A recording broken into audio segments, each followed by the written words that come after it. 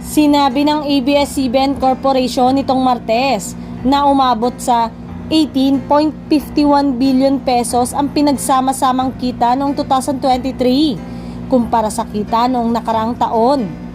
Ang regular na kita sa advertising para sa 2023 ay umabot sa 6.7 billion pesos, mas mataas sa 16% kumpara noong 2022.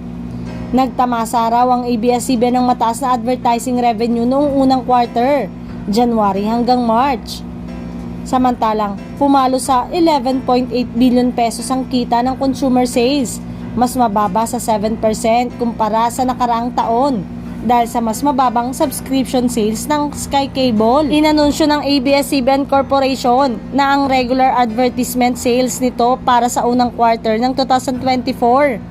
Ito umanong nagpapahiwatig ng isang positibong growth dahil sa pagtaas ng advertising sales at mga pagbabawas ng gastos.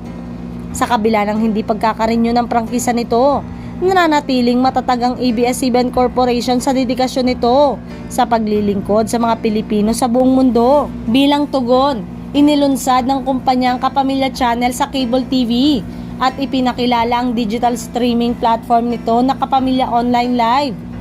Bukod pa rito, pinanatili ng ABS-CBN Corporation ng iba't ibang content sharing agreement, pakikipagsosyo at mga pagbibenta ng content at licensing deals. Nagbibigay daan sa mga manonood sa Pilipinas at sa ibang bansa na ma-access ang kanilang mga paboritong kapamilya shows. Layunin ng maabot ng ABS-CBN ang target income nito para sa taong 2024.